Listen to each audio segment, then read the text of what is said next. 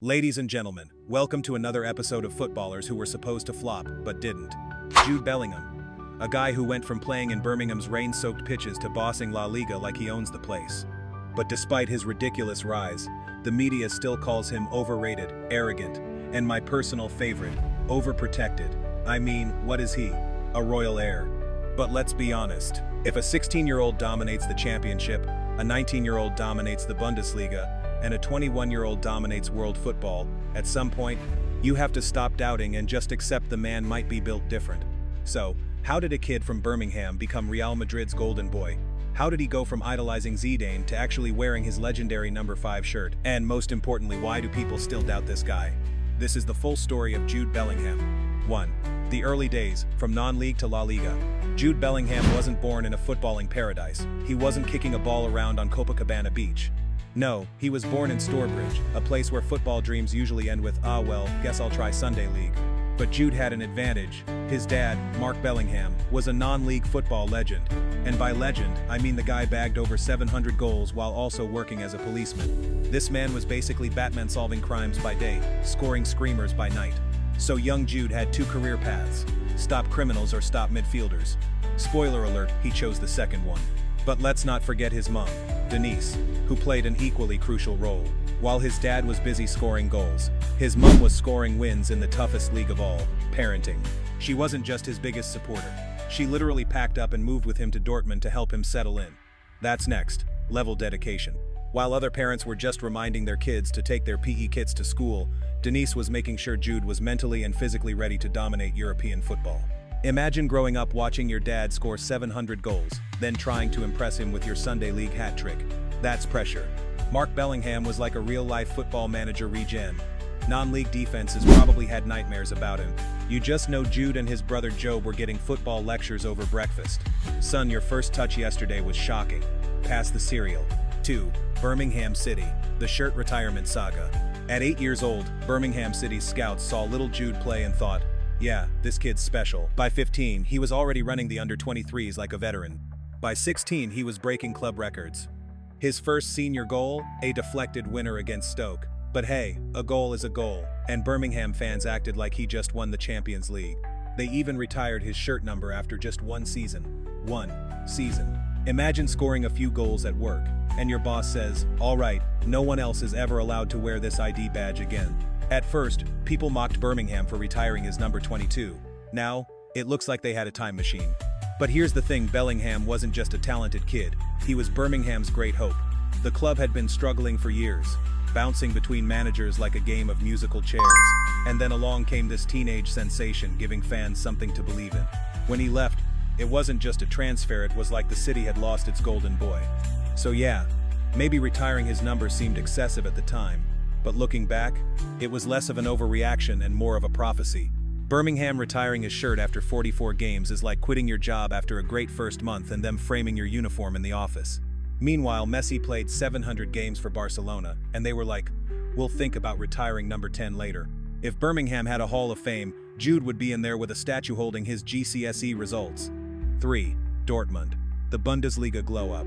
At 17, instead of chasing Premier League money, Jude went to Dortmund. Because if you want to level up your career, you go to the yellow and black football academy of superstars. He arrived, played, scored on his debut, because that's just what he does, and instantly became their midfield boss. By 19, he was captaining the team. Captaining a team at 19. Meanwhile, most 19-year-olds are struggling to figure out how to do their own laundry.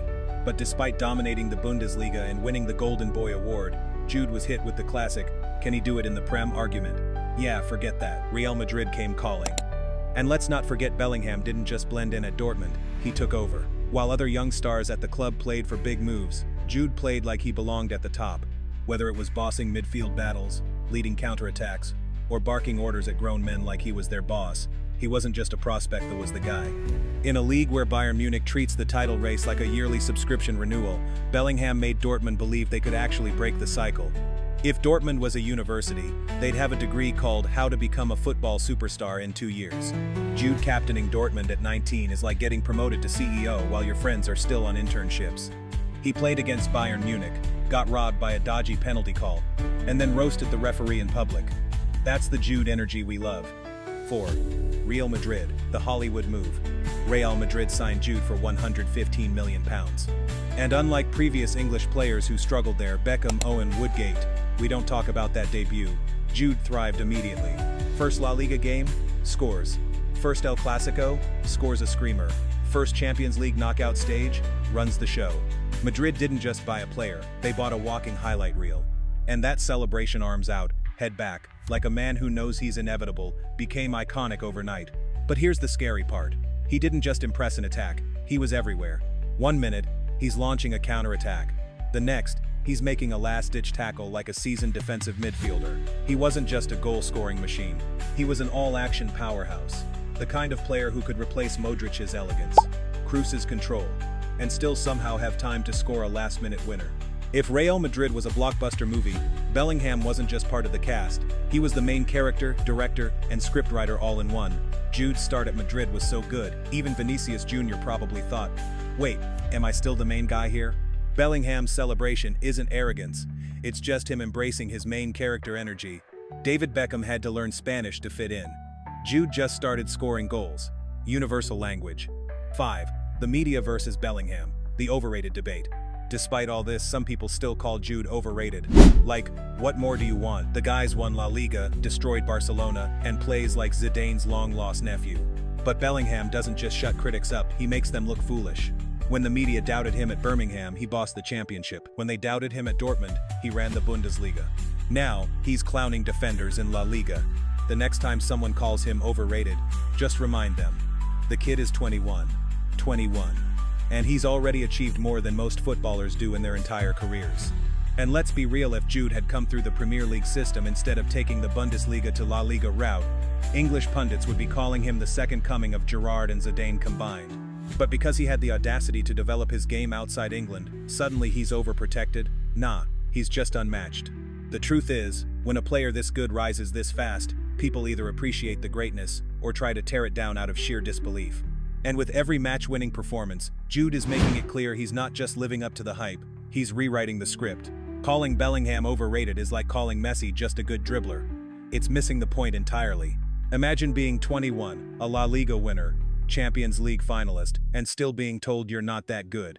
Some people just refuse to be happy. At this point, the media should just start pre-writing their apology articles for when he wins the Ballon d'Or. 6. The future. Is Jude Bellingham inevitable? So what's next for Bellingham? More trophies, obviously, more clutch goals, more Madrid dominance. But the real question is, how long before he wins the Ballon d'Or? Because if this guy is putting up these numbers at 21, imagine him at 25 or 30. We might be watching the start of a footballing dynasty. And to the doubters, well, Jude's got a message for you. Arms out, head back, watch and learn. But let's not stop at just club football. What about international glory? If England finally breaks their so close, yet so far curse, you just know Bellingham will be at the center of it.